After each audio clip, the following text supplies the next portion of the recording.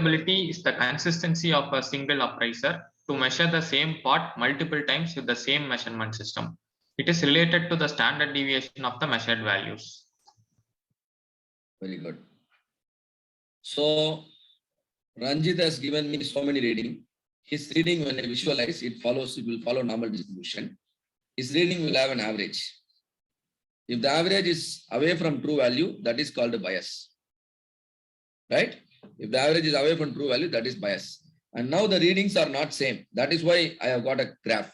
If the readings are same, I will have only this dotted line. Since the readings are different, I have got a graph. In this graph, the graph is drawn using the readings given by Ranjit. Using the data given by Ranjit, if I calculate standard deviation, that is this distance. This standard deviation is the error, is the measure of the error. That standard deviation is called sigma repeatability. If this sigma repeatability is multiplied by 6, when I multiply the sigma repeatability by a number called 6 times sigma of the repeatability will be equal to repeatability error. Why it is 6? I'll tell you, but you have to have the patience to understand. Yesterday I posted few videos. Anybody watched the videos? Anybody watched the videos? 3 videos? Anybody here? No?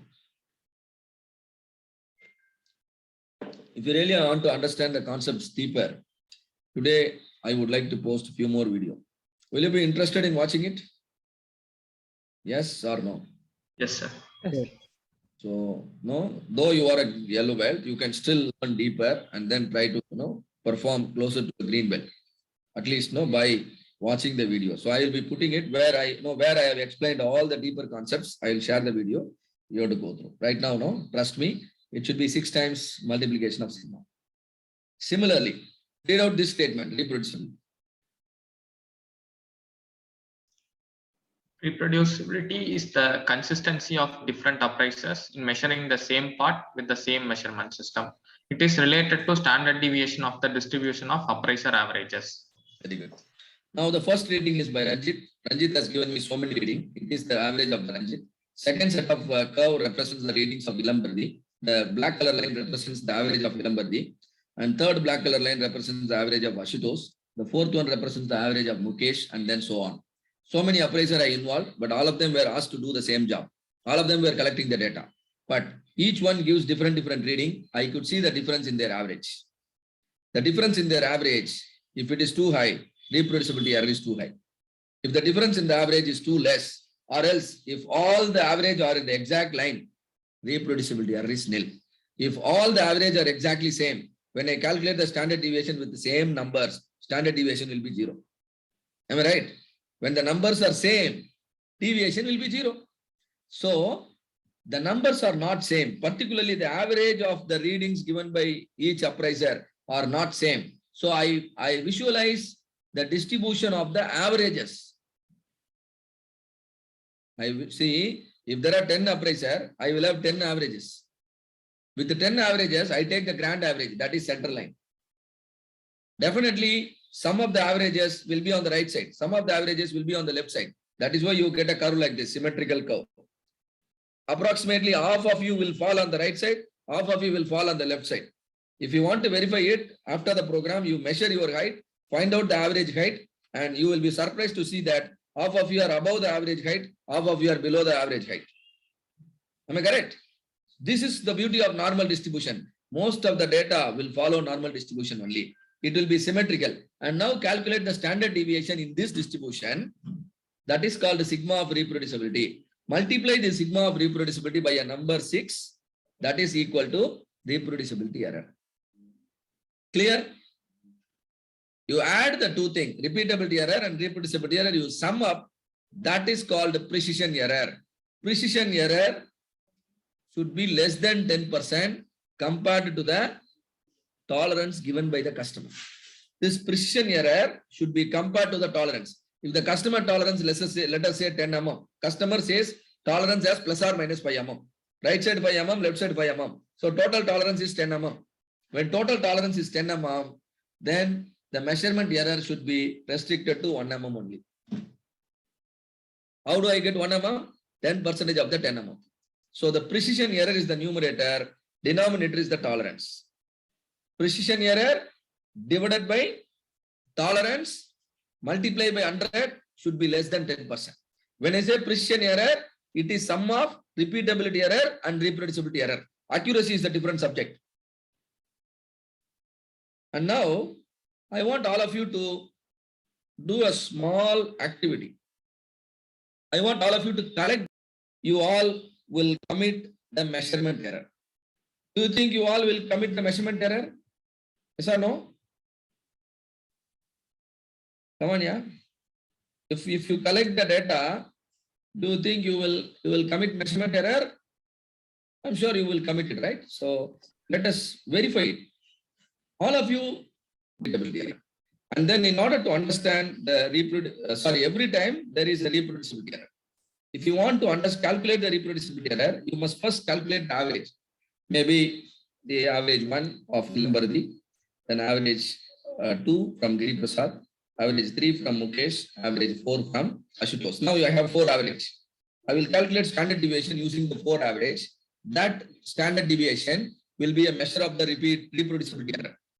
I will multiply that sigma by 6. That will be the total reproducibility error. Do you all understand? I calculate sigma, then I multiply that sigma by 6. What do I get now? Reproducibility error. Or what do I get? Reproducibility error. Now, all of you need to understand. How many songs I played totally? 3 songs. Do you think the 3 songs are different or same? 3 different songs. Different songs. But actually, what is that you measured? The duration of the song. I kept the duration of the song exactly 60 seconds. That means the 3 products which you handled are one and same. Only thing is you did not know it. Song is different, but the feature is same. This is how you must conduct the measurement system analysis. The appraiser should not know the true value. The appraiser should not know the true value. Then only you understand what are they doing. So I have purposely kept 3 different songs only to make you get a feel that you are measuring different songs. You are hearing different songs. That means you are handling different parts. But the reality is all the 3 parts are same to you.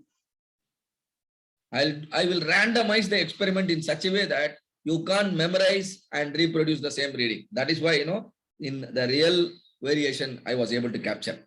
Now look at the readings of Ilampardi. Ilampardi gave me 3 readings. The product given to Ilampardi on all 3 occasions is same. Am I correct? The product he measured is same. He measured the same product 3 times. But look at his reading. Or the readings are same.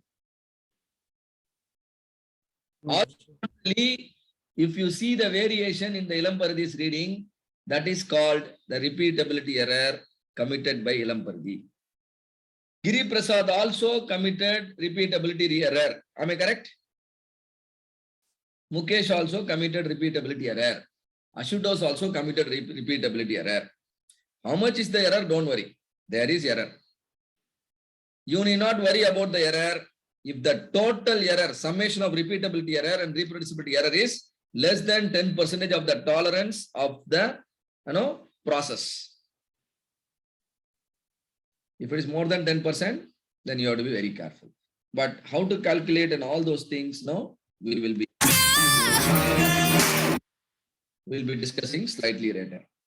Repeatability sigma, reproducibility sigma are summed up. When you are summing up the sigma, you must square and add and then take a square root. Then multiply by 6. 6 times error is the measurement error. And 6 times error should be divided by the tolerance. Tolerance is USL minus LSL, upper specification limit minus lower specification limit. This is called precision tolerance ratio. This ratio should be less than 10%. This ratio is given a special name called gauge R&R. That gauge R&R, you see here, gauge R&R. That gauge R&R less than 10% means your measurement system is good. 10 to 30% means conditionally good. more than 30%, it is never accepted. All right. If the measurement system is really good, then only you can go for the data collection, otherwise not. So that's it from me. So you will have a break now, and I'm sorry I captured your break, and please take